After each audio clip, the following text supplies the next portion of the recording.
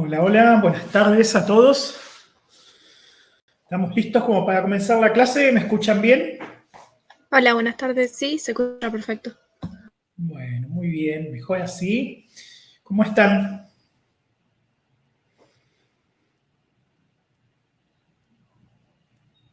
¿Cómo están? Bien, ¿Cómo les bien. Bien, fue? todo bien. Acá andamos, Hugo. ¿Han avanzado con las prácticas? ¿Cómo les fue con Claudia? Cuéntenme.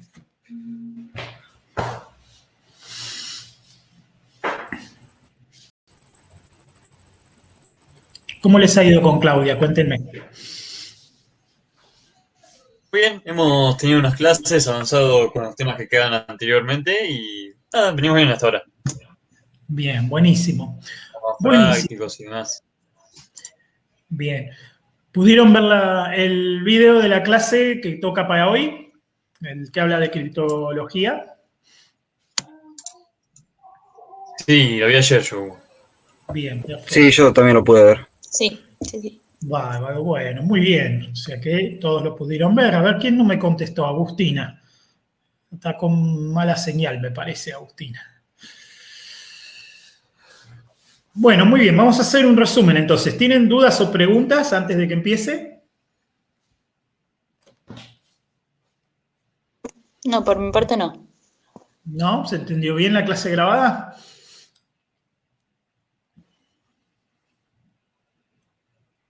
Sí, sí, estuvo claro.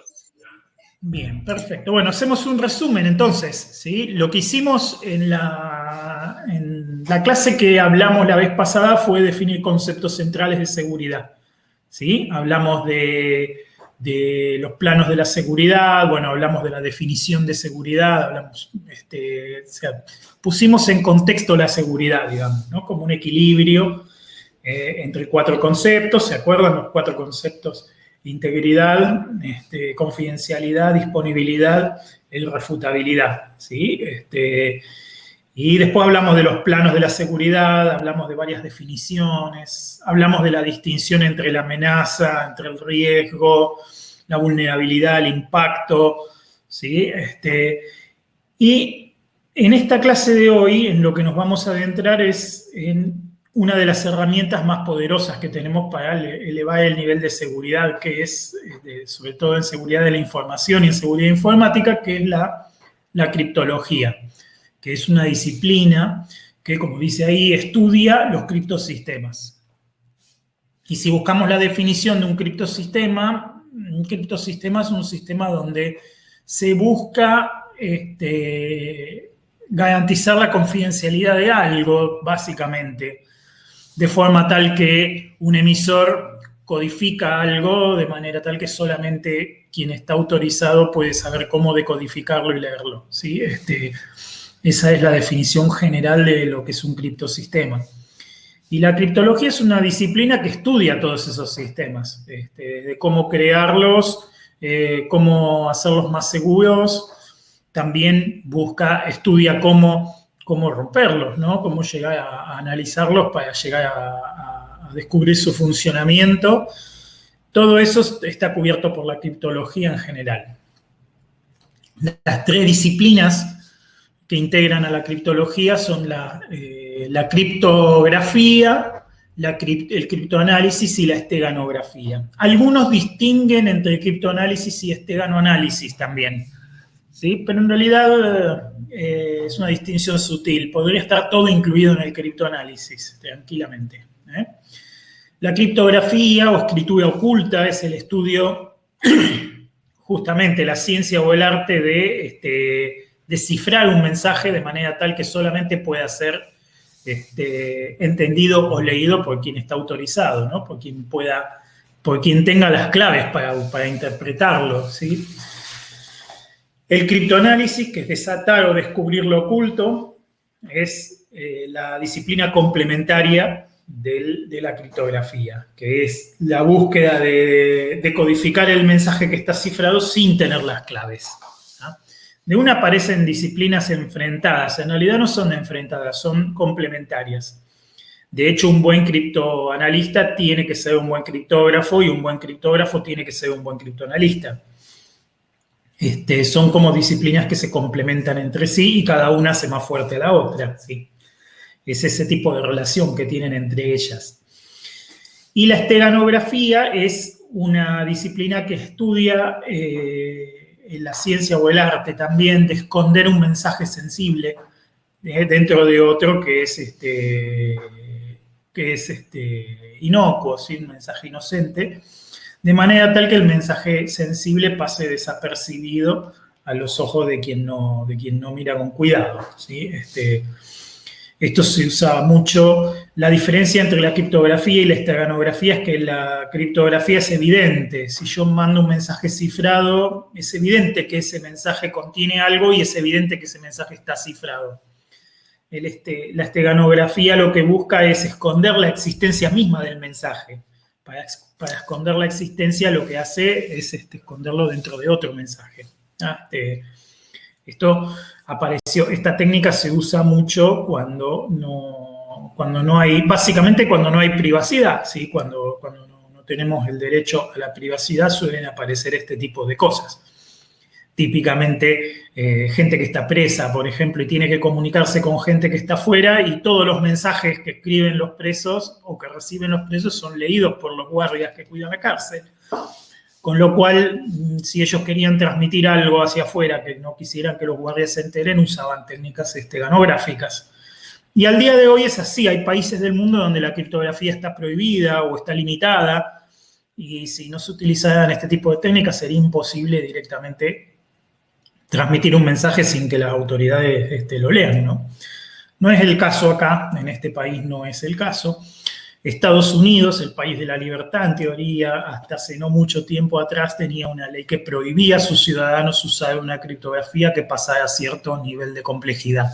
Bueno, eso después se levantó, después se volvió a instalar cuando fue el problema de las Torres Gemelas y después se terminó levantando definitivamente, pero existió, ¿sí? O sea, en algunos lugares la criptografía está limitada o está prohibida, y ahí es donde la esteganografía entra en juego. ¿Sí?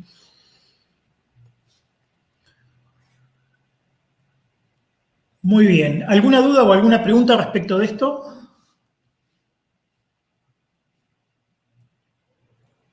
¿Chicos? Por mi parte no, Hugo. Clarísimo hasta ahora. Por mi parte no. Perfecto, muy bien. Hay que hacer una distinción importante, ¿sí? Una distinción muy importante entre lo que sería la criptografía antigua y lo que es la criptografía moderna. ¿En qué distinguimos, en qué separamos antiguo de moderno? Básicamente en la aparición de la computadora.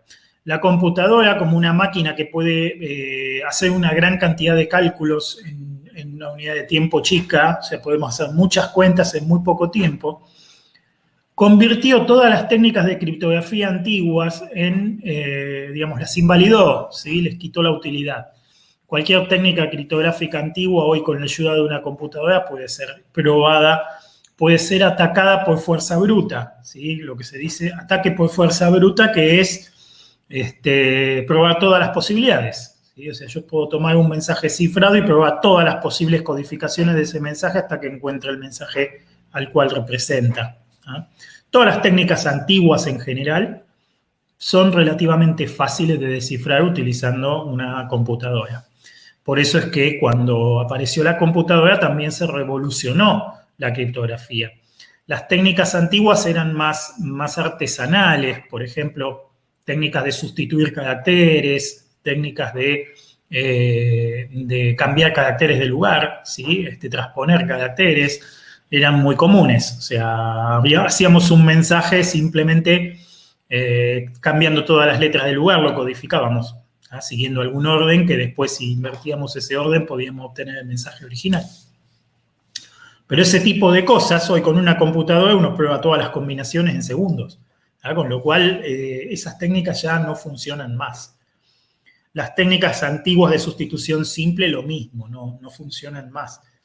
Entonces, ahora hay que hablar de la criptografía moderna, donde básicamente también son complejas técnicas de sustitución, pero los espacios son muchísimo más grandes. Los espacios para buscar las posibilidades son muchísimo mayores. Esa es la diferencia más importante. Aparte, pasaron de ser más artesanales a ser más científicas. fundamentalmente tienen una base muy fuerte en la matemática. O sea, la criptografía moderna se basa fuertemente en la matemática y muchas veces en cosas que la matemática todavía no pudo resolver. O por lo menos no pudo resolver a un costo razonable. Y ¿las criptomonedas se relacionan con esto? Tienen relación. Si les interesan las criptomonedas, podemos comentar algo sobre ellas. ¿Sí? Ahora en un ratito les comento algo sobre ellas. Me acordé hacia el final que les cuento algo, porque no, creo que en la clase del año pasado no dije nada de eso. Así que si quieren comentamos algo. Bueno, vamos a hablar un poquito de eso, de los espacios, ¿sí? De los espacios donde una computadora tendría que buscar. Entonces vamos a ver esto. Tenemos que calcular el tamaño de los espacios. El tamaño de los espacios es cuántas combinaciones tenemos. Por ejemplo, con una cifra binaria, con un bit, tenemos dos posibilidades. ¿Cuánto puede valer el bit? Puede valer 0 o puede valer 1. ¿Está bien? Con 2 bits tenemos 4 posibilidades. 0, 0, 0, 1, 1, 0 y 1, 1. ¿Sí? Con 3 bits tenemos 8 posibilidades. Y en general tenemos 2 elevado a la cantidad de bits posibilidades. ¿Se entiende esto, no es cierto? De la misma manera que con 2 cifras en decimal podemos contar desde 0 hasta 99, y con 3 cifras podemos contar desde 0 hasta 999. Con una cifra contamos 10 posibilidades, con 2 cifras contamos 100 posibilidades, con 3 cifras contamos 1000 posibilidades, y en general 10 elevado a la cantidad de cifras, ¿no? En binario es lo mismo, pero con 2. 2 elevado a la 8 nos da cuánto podemos contar con 8 bits. Con 8 dígitos que pueden valer entre 0 y 1, tenemos 256 posibilidades. 2 elevado a la 8. ¿Se entiende, no es cierto? Esto es matemática muy simple. ¿Sí? Muy bien. Con 40 bits, ¿sí? Con 40 numeritos, que pueden ser entre 0 y 1, ¿es mucho? Es una pregunta, ¿sí? ¿Es mucho? ¿Qué les parece? ¿Es mucho o es poco? Para un ser humano es muchísimo, ¿sí? Es aproximadamente 1 billón de combinaciones. 1 por 10 a la 12, ¿sí? 1 billón de combinaciones es mucho, ¿sí? Si nosotros tuviéramos que probar 1 billón de posibilidades 1 por 1, tardaríamos una eternidad. Pero, ¿qué pasa con la computadora? Una computadora puede probar 1 millón de combinaciones por segundo, ¿sí? 1 millón de combinaciones por segundo, porque va a muchísima velocidad. Entonces, si hacemos las cuentas, que son todas reglas de 3, nos da que para probar el billón completo de combinaciones necesitaríamos unas 305 horas. O sea, la computadora tendría que estar andando 305 horas todo el tiempo para llegar a recorrer todo, para probar el billón de combinaciones a ver cuál es el correcto. ¿Bien hasta acá? Ahora, pensémoslo, ponemos 100 máquinas a trabajar todas juntas, dividimos el espacio entre 100, dividimos el trabajo entre las 100 máquinas y en 3 horas entre las 100 máquinas nos sacan la clave.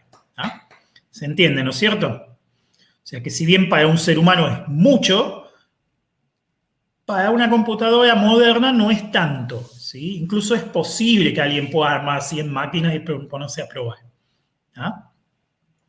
¿Cómo se soluciona esto? Aumentando la cantidad de bits, aumentando la cantidad de números, ¿sí? Llevémoslo a 128 bits.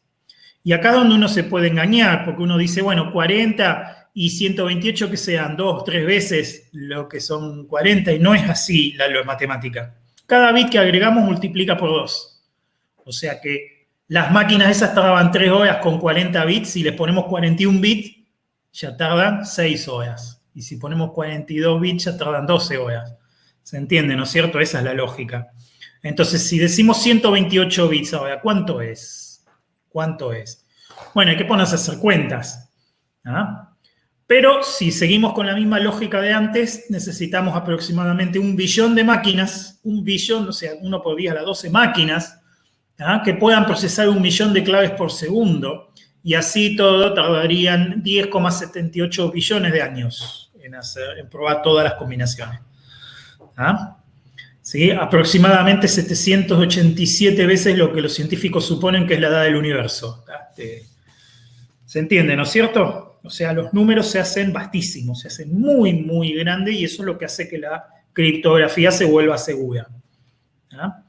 ¿Cuándo va a pasar que esto ya no sea tan seguro? Cuando las máquinas anden mucho más rápido o puedan procesar mucha más cantidad de información en paralelo. Algo que podría ocurrir, por ejemplo, cuando la computación cuántica, que es un tema que todavía está más en la ciencia ficción que en la realidad, empiece a ser una realidad, ¿sí? Que posiblemente sea una cuestión de tiempo. ¿Ah? En algún momento va a aparecer eso. ¿Ah? Y entonces, ¿qué va a pasar? Y bueno, esto se va a reformular, los tamaños van a aumentar, otra vez lo mismo, ¿sí? O sea, esto siempre es una carrera contra el tiempo, ¿sí? No sé si han leído el libro de La Tierra a la Luna de Julio Verne. ¿Alguno leyó el libro ese? Bueno, es un libro de ciencia ficción, ¿no? Es un libro de ciencia ficción clásico, ¿sí? Donde básicamente los dos protagonistas, ¿sí? Son en realidad antagonistas, ¿sí? Entre ellos compiten. ¿Está bien? Uno fabrica armas y el otro fabrica escudos, ¿sí? Entonces, de la misma manera en que la criptografía y el criptoanálisis se complementan, estos dos se complementaban, ¿sí? El que fabricaba las balas quería penetrar el último escudo que había fabricado el otro y el otro tenía que fabricar un escudo que la última bala que desarrolló el otro no pudiera pasar. ¿Ah? Y no les quiero spoilear el libro, pero termina cuando el que fabrica las balas dice que va a fabricar un cañón enorme que va a poder disparar una bala que va a llegar hasta la luna, ¿sí? Y el tipo que fabrica los escudos dice que si le hace la bala hueca, él va a ir adentro de la bala. Y bueno, y ahí después no les spoileo el cuento. Pero básicamente ese tema de las dos disciplinas complementarias es muy interesante, porque estas disciplinas son así, o sea, son carreras así, uno contra otro, ¿sí? Bien. Vamos a hacer una clasificación, como siempre, ¿sí? Las clasificaciones son para estudiar, ¿está bien? O sea, nosotros hacemos las clasificaciones para estudiar, ¿está bien? Entonces, vamos a hablar de algoritmos de una vía y algoritmos de dos vías, ¿sí? Primero. Un algoritmo de una vía es un algoritmo, el año pasado la armé al revés, pero presten atención porque por ahí se entiende mejor, así como la digo ahora, ¿no? El algoritmo de una vía es un algoritmo donde un mensaje se cifra y no existe forma de descifrarlo, ¿sí? O sea, nadie lo puede descifrar. ¿Ah? O sea que tomo un mensaje, le paso este algoritmo y lo convierto en una clave, en un número o en una... Normalmente se llama digesto, ¿sí? Y ese digesto, no hay forma de recuperar a partir del digesto el mensaje original. Pero lo que es interesante es que el digesto es como una huella del mensaje original. Si yo le aplico el mismo algoritmo al mismo mensaje, obtengo otra vez exactamente el mismo digesto. Y si yo altero, aunque sea un poquitito, el mensaje original, el digesto que obtengo es completamente diferente. Y es muy difícil, sin aplicar el algoritmo, saber qué digesto le toca un mensaje. Y es muy difícil, a partir de un digesto, saber qué mensaje saldría. ¿Ah? O sea, la complejidad de estos algoritmos de una vía está en eso. ¿Ah? ¿Para qué sirven estos algoritmos? Estos algoritmos garantizan fundamentalmente la integridad. ¿Ah? Piensen ustedes que, a ver, imagínense que yo les publico un archivo en la web, un archivo muy grande, un archivo de varios gigabytes de tamaño, ¿sí? Para que ustedes se descarguen. ¿Está bien? Ustedes se pueden descargar el archivo, pero ustedes no pueden estar seguros de que el archivo que ustedes descargaron es exactamente el mismo que el que yo publiqué. ¿Cómo garantizan eso? ¿Ah? No hay forma. ¿Ah? ¿Por qué? Y porque para poder garantizar eso necesitarían que de alguna manera se pruebe que el archivo es exactamente el mismo. Ustedes podrían, por ejemplo, bajarlo 2 veces, ¿sí? Y ver si las 2 veces que bajaron son las 2 iguales. Pero eso implica el doble de esfuerzo, ¿no es cierto? Y además, después los comparan y si les llegan a dar diferente, no saben cuál es el bueno y cuál es el malo, o si los dos son malos. ¿Ah? ¿Se entiende, no es cierto?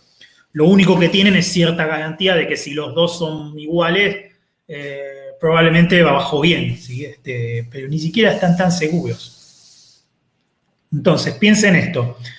Yo les publico el archivo y al archivo yo en mi casa le corro un algoritmo de una vía y calculo un digesto. Entonces les publico el digesto también. El digesto es un numerito chiquitito, un numerito de 160 bits o un numerito de 256 bits, un número chiquitito es, ¿tá? Que lo pueden copiar de la pantalla y lo pegan en cualquier lado. ¿tá? Entonces, ustedes se bajan el archivo, le corren el algoritmo en su casa y si a ustedes les da el mismo digesto que me dio a mí, entonces ustedes ya están seguros de que el archivo bajó sin ningún tipo de alteración. ¿Se entiende, no es cierto? ¿Se entiende para qué sirve un algoritmo de una vía? Sí, perfecto. Sí, sí. Entonces, esto me preguntaron por las criptomonedas hoy y se usa muchísimo. Los algoritmos de una vía se usan un montón en las criptomonedas. Podemos hablar de eso. ¿Ah? O sea que básicamente son para garantizar integridad. O sea, lo que nos garantizan los algoritmos de una vía es la integridad. ¿Sí? Que algo no fue alterado, vamos a decir. ¿Ah? De todas maneras, fíjense ustedes que el algoritmo de una vía puede tener clave. Podríamos hacer un algoritmo de una vía con clave o un algoritmo de una vía sin clave. El ejemplo que yo les di recién es de un algoritmo de una vía sin clave. No tiene clave. ¿Sí? O sea, cualquiera puede aplicar el algoritmo y cualquiera puede obtener el digesto. ¿Sí? Aplicar el algoritmo con clave significa agregarle al texto o al mensaje alguna cantidad de bits que nadie sabe cuáles son. ¿Sí? Una cantidad de bits que son secretos. ¿Está bien? Entonces, volvamos al caso de hoy. Les publico el archivo, ¿sí? Pero en vez de calcularles el digesto del archivo, les calculo el digesto de ese archivo con unos bits secretos. Entonces sale un digesto. Yo los bits secretos, esos a ustedes se los paso, se los doy por otro lado. Les digo, bueno, acá tienen los bits para comprobar. ¿Está bien? Entonces ustedes en su casa le corren el algoritmo con mi archivo y con los bits secretos y les da el mismo digesto. ¿Tá? ¿Qué ventaja tenemos con eso? Con eso nos protegemos de algo mucho más importante, que es, ¿qué pasa si viene alguien, vamos a decir, me hackea el servidor y cambia el archivo? ¿Se entiende, no es cierto? O sea, si alguien se mete en el servidor y cambia el archivo, si no tuviéramos secreto, lo único que tendría que hacer es calcular el digesto del archivo cambiado y cambiar el digesto también. Y ustedes no se enterarían nunca de que el archivo fue modificado. ¿Ah? O sea que el digesto sin clave te protege de un accidente, pero no te protege de una hostilidad, no te protege de un ataque. ¿Ah? En cambio, el digesto con secreto te protege también del ataque. ¿Por qué? Porque el atacante no tiene los bits secretos. Los bits secretos los tengo yo y yo se los di a ustedes, pero el atacante no los tiene. Entonces no podría cambiar el archivo, pero no podría generar el digesto aplicando el secreto. ¿Se entiende, no es cierto? La protección es más fuerte, mucho más fuerte. No solamente protege de un accidente, de que alguien por accidente quede alterado el archivo, sino que también protege de un ataque. ¿Ah? Protege de que alguien pueda cambiar ese archivo a propósito. ¿Se entiende, no es cierto? Sí, sí, sí. Sí, sí, se entiende. Bien, perfecto. La otra familia de algoritmos es la familia de algoritmos de dos vías. ¿Sí? De dos vías. Los algoritmos de dos vías sí tienen una clave siempre. ¿Ah? Y son de dos vías porque se puede ir y se puede volver. O sea, yo puedo tomar un mensaje y lo puedo convertir en un cifrado y si tengo la clave puedo tomar ese cifrado y volverlo a convertir en el mensaje original. Esta es la idea más clásica de lo que es un algoritmo criptográfico. ¿Ah? Si yo cifro algo, si tengo la clave lo puedo descifrar y lo puedo volver a leer. ¿Ah? Es la forma más clásica. Y esta forma es una forma que lo que me brinda fundamentalmente es confidencialidad. ¿Ah? O sea, a mí me permite, por ejemplo, yo cifro algo y les doy la clave a ustedes y lo publico en la web. ¿Sí? Pero no lo puede leer nadie, porque nadie tiene la clave, más que ustedes que tienen la clave. Ustedes que tienen la clave lo pueden leer. ¿Se entiende, no es cierto? ¿Bien hasta acá? Sí, sí, se entiende. Bien, o sea que tienen otro uso. Así como los de una vía proveen fundamentalmente integridad, los de dos vías proveen fundamentalmente confidencialidad. ¿Sí? ¿Se acuerdan de los 4 principios? ¿Ah? Con el algoritmo de una vía también podríamos proveer un poquito de irrefutabilidad, pero es débil, ¿sí? ¿Está bien? ¿Por qué? Y con el de 2 vías también, es irrefutabilidad, pero es débil. ¿Por qué? Y porque si ustedes toman un mensaje cifrado y lo pueden descifrar con una clave, ustedes saben que el que construyó el mensaje tenía la clave también. ¿Se entiende, no es cierto? Entonces hay una irrefutabilidad. Lo que sea que esté escrito en ese mensaje lo escribió alguien que sabía la clave y no alguien más. O sea que de toda la humanidad que pudo haber sido, se reduce al grupo que conocía la clave. ¿Ah? ¿Se entiende, no es cierto? O sea, es una irrefutabilidad, pero es débil. O sea, nos restringe a un grupo que es el que sabía la clave y nada más. ¿Está bien? Lo mismo pasa con el otro caso que les enseñaba hoy del digesto. ¿Sí? Si el archivo fue modificado, ¿por quién fue modificado? Y fue modificado por alguno que sabía la clave. Otro no lo pudo haber cambiado. ¿Se entiende, no es cierto? Sí, sí. Pero ninguno de los dos provee irrefutabilidad fuerte, solamente una irrefutabilidad débil, vamos a decir, ¿no? Primaria. ¿Ah? Muy bien. La última forma de criptografía es la que se llama criptografía asimétrica, ¿sí? Criptografía asimétrica, que siempre es de 2 vías, ¿sí? Por eso la clasificación estaba ordenada al revés antes y la di vuelta. La criptografía asimétrica siempre es de 2 vías. Bien, pero la diferencia con la asimétrica es que en la asimétrica hay 2 claves, no hay una sola clave. ¿Sí? Esto es importante también. Lo vamos a estudiar primero conceptualmente y después le vamos a buscar la aplicación a esto. ¿Ah? En la criptografía simétrica teníamos una única clave y 2 algoritmos, uno para codificar y otro para decodificar. ¿Ah? En la criptografía asimétrica hay un único algoritmo, hay una sola técnica, pero hay 2 claves. Una clave se usa para codificar y la otra se usa para decodificar. ¿Sí? Y si, digamos, las 2 claves son como complementarias entre sí. Entonces, si codifican con una, pueden decodificar con la otra, siempre. Si eligen la 1 para codificar, decodifican con la 2. Y si usan la 2 para codificar, entonces decodifican con la 1. ¿Se entiende, no es cierto? O sea, que dadas 2 claves que son complementarias entre sí, con una se codifica, con la otra se descodifica. ¿Ah? ¿Se entiende, no es cierto?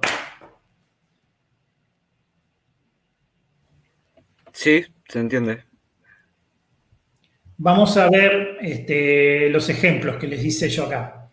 Algoritmos de una vía sin clave, ¿sí? De una vía sin clave, ¿sí? Se suelen llamar funciones de dispersión o de hashing en inglés, ¿sí? Y como les decía hoy, el digesto da exactamente el mismo resultado para el mismo mensaje, pero un cambio muy pequeño puede llevar a un digesto completamente nuevo. Entonces yo les decía la otra, bueno, acá está explicado lo que les dije hoy recién, ¿no? Publico un archivo y un digesto y ustedes se pueden bajar el archivo, pueden bajarse el digesto y comprobar en su casa que el digesto les da. ¿No? Con secreto, bueno, acá les di un ejemplo el año pasado, ¿ven? De cómo tomo el archivo más el secreto y genero un digesto que solamente puede ser vuelto a generar por alguien que tenga el secreto. ¿Sí? Como no se puede obtener nada del mensaje original a partir del digesto, no se puede obtener el secreto tampoco. ¿Sí? Muy bien. Después el ejemplo de las 2 vías, acá está. ¿Sí? También tengo un mecanismo para cifrar, o sea, un algoritmo para cifrar y otro algoritmo para descifrar. La clave es la misma, ¿sí? Entonces, cuando codifico con el algoritmo de cifrado, obtengo algo de lo cual yo no puedo saber nada del mensaje original. Y si yo a eso le aplico la misma clave con el algoritmo de descifrado, con el algoritmo de cifrado con la misma clave, obtengo el mensaje original. ¿Ah? Bien, lo que se gana, confidencialidad. Acá está el ejemplo. El ejemplo del algoritmo asimétrico. Usa 2 claves. Usa 2 claves. ¿Sí? Normalmente a las claves se le llaman K y P. ¿sí? Eso es muy común. Se usan un par de claves complementarias a las que se les suele llamar K y P. ¿Sí? Entonces, si se cifra con P, se descifra con K. Si se cifra con K, se descifra con P. ¿Ah? Entonces, tomo el mensaje, lo cifro con P, obtengo un cifrado, vamos a llamarle C1. Si a ese C1 le aplico el algoritmo con la clave K, obtengo de vuelta M. ¿Sí? Y viceversa, ¿sí? Si aplico primero con K, obtengo otro cifrado que es completamente distinto al C1, pero si a este le aplico P, obtengo M de vuelta. Y las reglas para que sea criptográfico, ¿sí? Es que no se puede obtener M a partir de C1 o de C2, no se puede obtener C2 a partir de C1 ni al revés, no se puede obtener P a partir de K, ni K a partir de P, ni tampoco se puede obtener P o K a partir de C1 o de C2. O sea, para que sea criptográficamente fuerte el algoritmo, ¿sí? Se tienen que cumplir estas propiedades. ¿Ah? A la clave P se le suele llamar clave pública y a la clave K se le suele llamar clave privada o clave secreta. ¿Ah?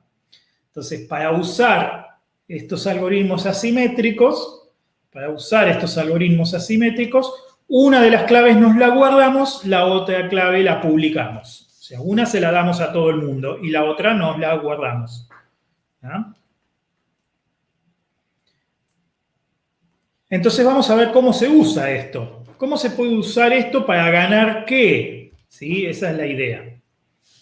Entonces, fíjense, y esto si lo entienden conceptualmente van a entender muchísimo de cómo funcionan los criptosistemas modernos, todos en general. ¿Ah? Entonces, entender esto es entender cómo funciona un criptosistema moderno. ¿Ah? Vamos a suponer que Cristian y Nahuel, que deben ser estudiantes del año pasado, ¿sí? Quieren comunicarse entre ellos. ¿Ah? Entonces, cada uno de ellos tiene su par de claves. ¿Ah? Cristian tiene una clave privada, que es la K sub C, ¿ah? Y su par público, que es P sub C. Nahuel, por su parte, también tiene un par de claves. ¿Sí? La K sub N y la P sub N son la clave privada de Nahuel y la clave pública de Nahuel. ¿Sí? O sea que cada uno tiene su par de claves. Todos los que interactúan acá, cada uno tiene su propio par de claves. ¿Ah? Las claves públicas se las intercambian. Las claves privadas las guardan. ¿Sí? Así funciona siempre. O sea que ustedes la clave pública se la van a dar a todos los demás. En cambio, la clave privada se la van a guardar. ¿Ah? O sea que cada uno de ustedes va a tener la clave pública de todos los demás, incluyendo la de ustedes mismos. ¿Sí? Y cada uno va a tener solamente su propia clave privada. ¿Ah? ¿Bien hasta acá? Sí, bien. Bueno, por eso es que Cristian tiene la clave pública de Cristian, la clave pública de Nahuel y también tiene la clave privada de Cristian. Mientras que Nahuel tiene la clave pública de Nahuel, la clave privada de Nahuel y la clave pública de Cristian. ¿Sí? Entonces, vamos a estudiar tres posibles usos que se pueden hacer de este algoritmo asimétrico. En el primer caso, Cristian le quiere enviar un mensaje a Nahuel con confidencialidad. Nadie más que Nahuel lo puede leer. ¿Ah? Eso quiere decir confidencialidad. Confidencialidad muy fuerte. Cristian se quiere asegurar de que el único que pueda leer ese mensaje sea Nahuel y nadie más. Entonces, ¿qué tiene que hacer Cristian? Lo que hace Cristian, ¿sí?, es usar el algoritmo asimétrico con el mensaje y con la clave pública de Nahuel. ¿Ah? Él tiene la clave pública de Nahuel. Y fíjense ustedes, si él le publica, se quedó la flecha pisando acá. Ahí. Fíjense que lo único que tiene que hacer Cristian es enviar el mensaje, ¿sí?, cifrado con la clave pública de Nahuel. ¿Ah? Entonces, ¿qué pasa? ¿Se acuerdan que si yo lo cifro con la clave pública de Nahuel, quién es el único que puede volver a abrir ese mensaje? El que tenga la clave privada de Nahuel. ¿Y quién es ese? Si está todo bien, el único que tiene la clave privada de Nahuel es Nahuel. ¿Ah? Entonces, Cristian puede publicar el mensaje en un lugar abierto sin ningún problema, porque nadie lo va a poder leer, excepto Nahuel, que es el que tiene la clave privada. ¿Se entiende, no es cierto? Sí, sí, sí. ¿Sí lo entendieron bien? O sea que yo Sí. tengo la clave privada de todo, yo tengo la clave pública de todos ustedes. ¿Sí? Si yo le quiero transmitir un mensaje, no sé, a Lourdes, por ejemplo, que te tengo a la vista, si te quiero transmitir un mensaje que solo vos puedas leer, entonces yo tomo el mensaje y lo cifro con la clave pública tuya. ¿Ah? Y lo envío a todos. Nadie lo va a poder abrir, excepto vos, porque vos tenés el par privado de eso. Entonces, el cifrado que yo envíe, nadie lo va a poder leer, excepto vos que tenés la clave privada para leerlo. Ni siquiera yo mismo. Si yo tiro el mensaje original, también lo perdí, porque yo mismo no lo puedo abrir tampoco. ¿Se entiende, no es cierto? ¿Ah? Bien. ¿Cómo haría Nahuel para contestarle con la misma lógica? Nahuel, para contestarle con la misma lógica, tendría que cifrar la respuesta con la clave pública de Cristian. ¿Sí? Si Lourdes me quiere contestar a mí el mensaje que yo le mandé cifrado, ella tendría que usar mi clave pública. Exacto. Vos tendrías que usar mi clave pública para que cuando me llegue, para que nadie lo pueda abrir, excepto yo que tengo el pack privado de esa clave y con eso yo lo abro. ¿Se entiende, no es cierto? Es como un candado que tiene una llave que lo cierra y otra que lo abre, ¿sí? ¿Está bien? La llave que lo cierra es pública, yo se la doy a todos. Cualquiera puede cerrar el candado, pero para abrir el candado, ¿sí? El único que lo puede abrir soy yo. ¿Ah? ¿Se entiende, no es cierto? Con esto se gana fundamentalmente confidencialidad muy fuerte. El único que puede abrir C para obtener el mensaje es Nahuel. Este escenario no da garantía de autenticidad. O sea, yo te mando un mensaje a vos, Lourdes, cifrado con tu clave pública, pero cualquiera lo pudo haber enviado porque tu clave pública la tiene todos. Entonces, alguien se podría haber hecho pasar por mí y te puede enviar ese mensaje diciendo que soy yo cuando en realidad yo no soy y vos no te vas a dar cuenta. O sea, este mecanismo no te provee ninguna forma de que vos te des cuenta de que no fue así.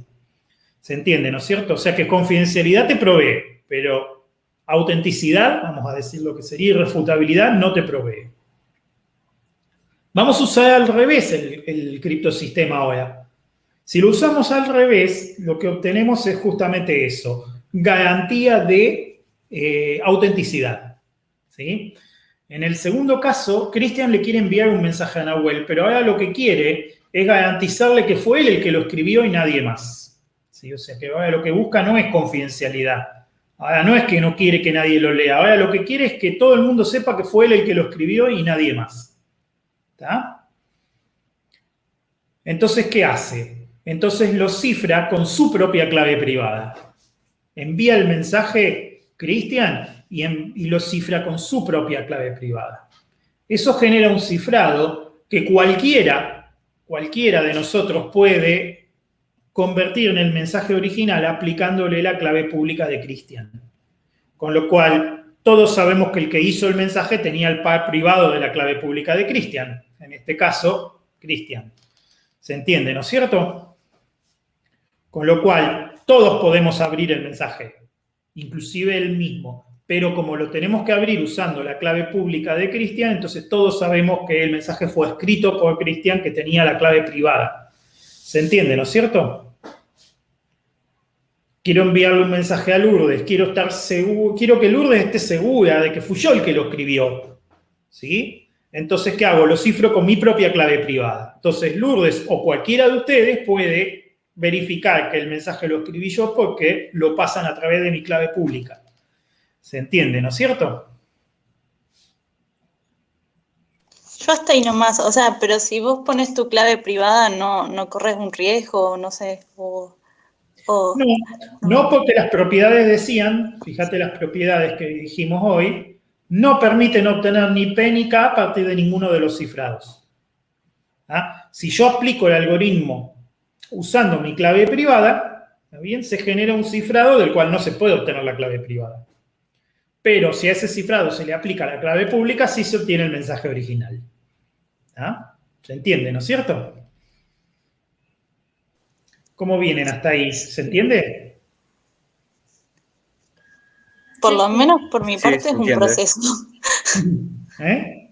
Que por Cuesta. mi parte es un proceso, no, o sea, lo voy entendiendo, pero después lo tengo que volver a... Después lo pensás tranquilo, claro, Sí. está muy bien, está muy bien. ¿Sí? ¿Está bien? Si ver, esperen que me quedé acá. Acá lo mismo. Nahuel le quiere contestar a Cristian con un mensaje que también garantiza que lo escribió él y nadie más, ¿sí? Estos mensajes no son privados, ¿sí? No son mensajes que nadie pueda leer. Todo el mundo los puede leer, pero son mensajes que salen con la garantía de que los hizo Nahuel y nadie más. ¿Tá? Son mensajes que salen firmados, vamos a decir, digitalmente. ¿Tá? ¿Por qué? Porque la persona que lo escribió tuvo que usar su clave privada para construir el cifrado. Y todo el mundo puede ver eso. ¿Tá? Entonces lo que se obtiene es una autenticidad fuerte. Solo el portador de la clave privada puede construir un C que se descifra con su clave pública. Pero no hay garantía de confidencialidad. Y ahora viene la cuestión. ¿Qué pasa si queremos las dos cosas? Yo quiero transmitir algo que es, por un lado, quiero garantizar que fui yo el que lo escribió y nadie más, y por otro lado, quiero que solamente un destinatario lo vea. O sea, quiero confidencialidad y irrefutabilidad. Las dos cosas quiero a la vez.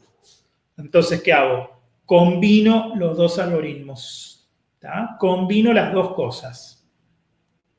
¿Tá? Cuando combinamos las dos cosas, entonces obtenemos los dos beneficios.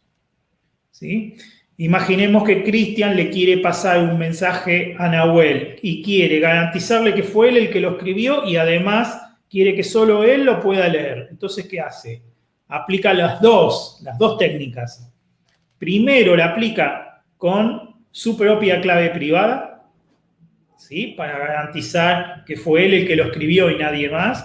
Y después a ese resultado le aplica encima, ¿sí? El mismo algoritmo de vuelta, pero con la clave pública de Nahuel. ¿Tá? Esto genera un cifrado de un cifrado. ¿Tá? ¿Está bien? Es complejo porque son dos, es uno adentro de otro. ¿Tá? Es como meter las cosas, meter las cosas dentro de una caja y esa caja meterla dentro de otra caja. ¿Tá? ¿Se entiende, no es cierto? Entonces, tomo el mensaje. Primero lo meto, le paso el algoritmo con la clave privada mía. De esa manera, lo que queda lo podría abrir cualquiera, pero está garantizado que fui yo el que lo hizo y nadie más. ¿Ah? O sea, lo que hago yo es cerrar el candado con mi clave privada y cualquiera lo puede abrir. ¿Está bien? Pero a eso lo meto adentro de otra caja más grande que la cierro con el candado, por ejemplo, de Lourdes, ¿sí? Con la clave de Lourdes. Entonces son dos cajas una dentro de la otra. ¿Está bien? La caja de afuera no la puede abrir nadie, excepto Lourdes, ¿ah? Que es la que tiene la clave privada. ¿Está bien? Entonces ella es la que puede abrir la caja de afuera y después la caja de adentro, la única manera de abrirla es con mi clave pública, con lo cual ella tiene la garantía de que además fui yo el que lo escribió y nadie más. ¿Se entiende, no es cierto? Se suman los dos beneficios. ¿Está? ¿Se entiende, no es cierto? Sí. Sí, por ahí me cuesta un poco más el caso 3, el último, de que tiene las dos propiedades. Pero sí, se va entendiendo. Claro. Lo podés pensar así, como que son dos cajas una dentro de la otra. ¿Ah? O sea, lo repasamos de vuelta. Vamos a empezar con el sencillo que era el de confidencialidad solamente. Imagínense que es un candado que hay dos llaves, uno lo cierra y la otra lo abre. Si lo cierro con una llave hay que abrirlo con la otra y no hay otra forma de abrirlo. ¿Está bien? Una llave me la guardo yo, la otra le doy una copia a todo el mundo. Entonces, si yo cierro ese candado con mi llave, cualquiera con la copia que yo les di de la clave pública lo puede abrir. ¿Ah? Y si yo cierro algo con la llave de cualquiera de ustedes, el único que lo puede abrir es el dueño de esa llave, ¿está bien? Y nadie más. ¿Ah? ¿Se entiende, no es cierto? Entonces, el ejemplo más sencillo es, yo quiero enviarle algo a Agustina, y entonces la única que lo tiene que poder abrir es Agustina. Entonces yo cierro el candado con la llave pública de Agustina, cosa de que cuando Agustina lo reciba, ella con la otra llave lo puede abrir. ¿Ah? ¿Se entiende, no es cierto? Caso simple. Segundo caso, yo quiero que todo el mundo tenga garantía de que el que lo hizo fui yo y nadie más. ¿Sí? Que escribió algo fui yo y no fue otro. ¿Ah? Entonces, ¿qué hago? Lo cierro con mi propia llave privada. Entonces, cualquiera de ustedes, para abrirlo, tiene que usar mi llave pública. Entonces, eso les da la garantía de que fui yo el que lo hizo. Porque si lo pueden abrir usando mi llave, es porque yo lo cerré en su momento. ¿Se entiende, no es cierto? Y la combinación es, primero lo cierro con mi llave y después lo cierro con la llave de alguno de ustedes. Sale con 2 cajas, una dentro de la otra. ¿Tá? Entonces, la caja de afuera, el único que la va a poder abrir es aquel para quien yo usé la llave para cerrarlo, ¿sí? Por ejemplo, lo cierro con la llave de Agustina. Entonces, la única que lo puede abrir es Agustina, los demás no. Pero una vez que abrió esa, se encuentra con otra caja que hay que abrirla. Y para abrirla tiene que usar mi llave pública, que ella tiene una copia. Entonces, como tiene que usar mi llave pública, sabe que además fui yo. Gana las dos cosas. Gana tanto que garantiza que el que lo escribió fui yo, como que también gana que nadie lo puede leer que no sea ella. ¿Se entiende, no es cierto? Sí, ahora sí, mucho mejor.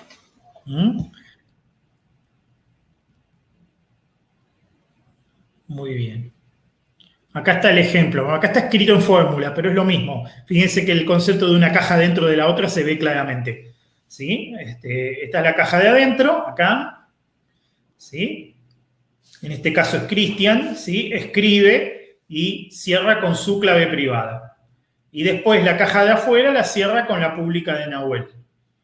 ¿Sí? Genera un C5. ¿Qué tiene que hacer Nahuel con el C5? Bueno, para abrir la caja de afuera tiene que usar la clave pública de Cristian primero. ¿Sí? Y una vez que tiene eso, accede, perdón, acá. Primero tiene que usar la clave privada de él. Y después, una vez que tiene abierta esa caja, entonces puede usar la clave pública de Cristian para leer el mensaje. ¿Tá? Ese mismo concepto. Una caja dentro de la otra. ¿Sí? Bien. Quédense con este modelo conceptual y piénsenlo porque la clase que viene lo vamos a complejizar un poquito más. O sea, en la clase que viene vamos a ver cuál es el problema que tiene esto y cómo lo podemos mejorar. ¿Sí?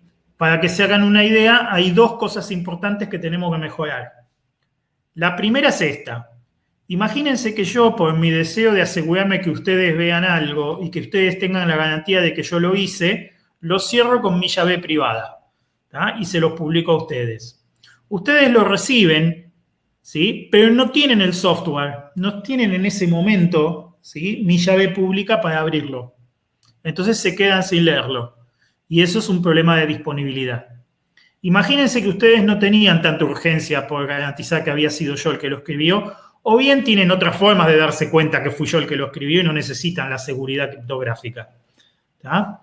La cuestión es que no tienen la llave pública, no lo pueden abrir. Y eso es un problema de disponibilidad. ¿tá? Con la confidencialidad no pasa eso porque se supone que si es confidencial es porque es confidencial y ahí tenés que tener sí o sí la llave para abrirlo.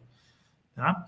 Pero muchas veces pasa con las firmas, que bueno, uno no tiene la obligación, no está obligado a tener que verificar la firma. Si uno ya tiene otra forma de darse cuenta que quién fue el que escribió el mensaje, no necesitas. Te perjudica la disponibilidad. Así que estaría bueno tener una forma de garantizar la autenticidad sin obligar al destinatario a abrir el mensaje, vamos a decir. ¿Ah? Este es un problema que tenemos que resolver.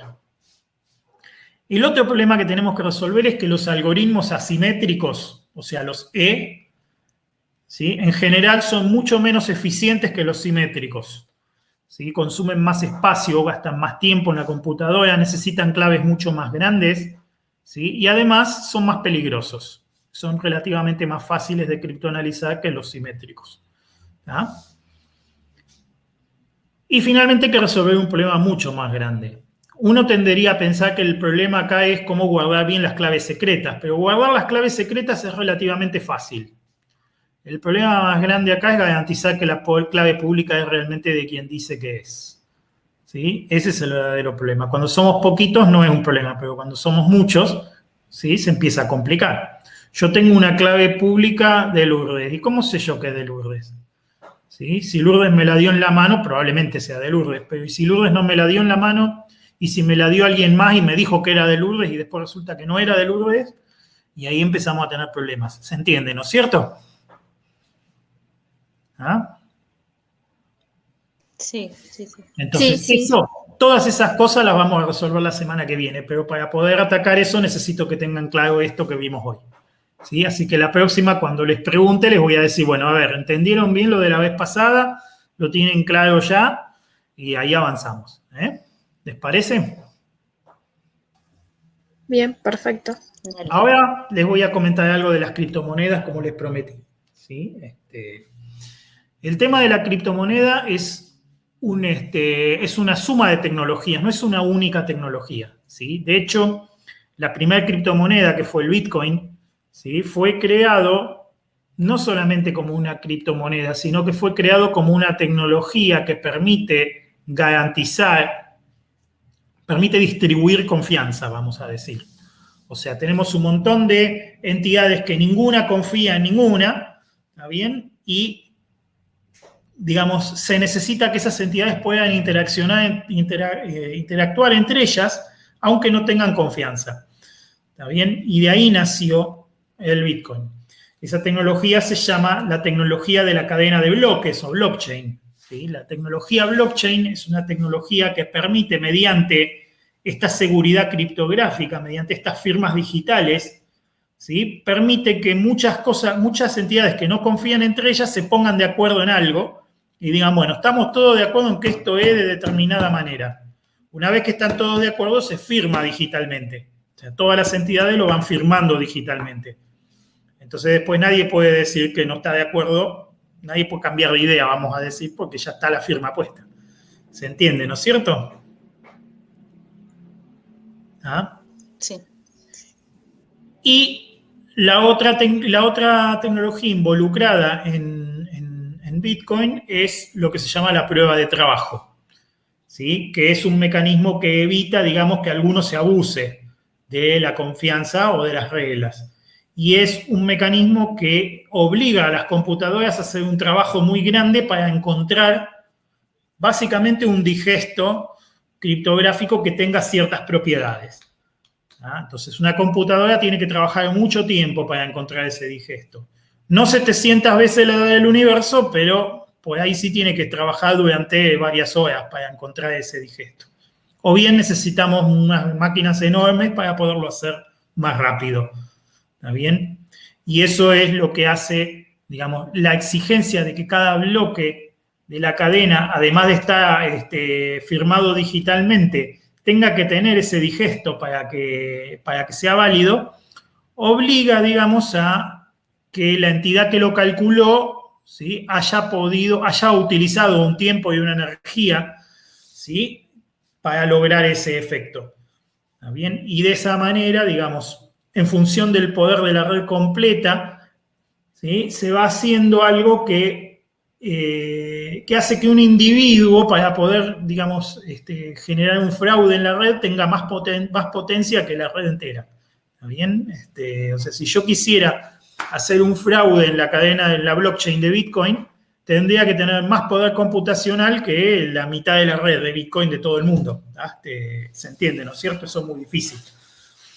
O sea, así como se logra el consenso, digamos. Se asume que la mayoría, ¿sí? En un grupo grande y heterogéneo, la mayoría está actuando bien, ¿sí? Y el que quiere actuar mal se tiene que ir en contra de todos los que actúan bien. En ese principio se basa. Y de esa manera se consigue garantizar. Eso que se llama la minería, ¿sí? La minería de bloques, es eso, es buscar esos digestos que tienen esa propiedad especial. Y se necesitan computadoras muy potentes. Y el tema es el mismo software, a medida que se va haciendo más fácil encontrar los digestos, se eleva la dificultad. A medida que a medida que van aumentando los poderes computacionales, se aumenta la dificultad de los digestos también. Por eso se mantiene equilibrado. Y por eso se necesita cada vez más equipamiento. Es como una carrera eso también, ¿sí? Cada vez se necesita más equipamiento para poder manejar eso. Bien, es un resumen bastante general, que después, cuando estudiemos un poquito más profundamente estas tecnologías, por ahí podemos hablar algo más de eso. ¿Parece? Buenísimo. Gracias, Hugo. Bueno, muy bien. ¿No hay más dudas ni preguntas? Si no hay más dudas ni preguntas, lo dejamos acá por hoy. Por mi parte, no. ¿Cómo, perdón? No, que por mi parte no. Bien, perfecto. ¿Vos, Leonardo? No, tampoco. Gracias, Hugo. Perfecto, muy bien. ¿Y los demás? ¿Matías o Agustina? No, por el momento tampoco. Bueno, muy bien. Muy bien, muy bien. Bueno, dejamos acá por hoy. Gracias a todos y la semana que viene profundizamos un poquitito más. Buenísimo, Hugo, muchas gracias. Tengan Adiós. esto en la cabeza para la semana que viene. Así lo Dale, profundizamos más. Muy bien, Gracias, nos Hugo. vemos. Gracias, hasta luego. Hasta luego.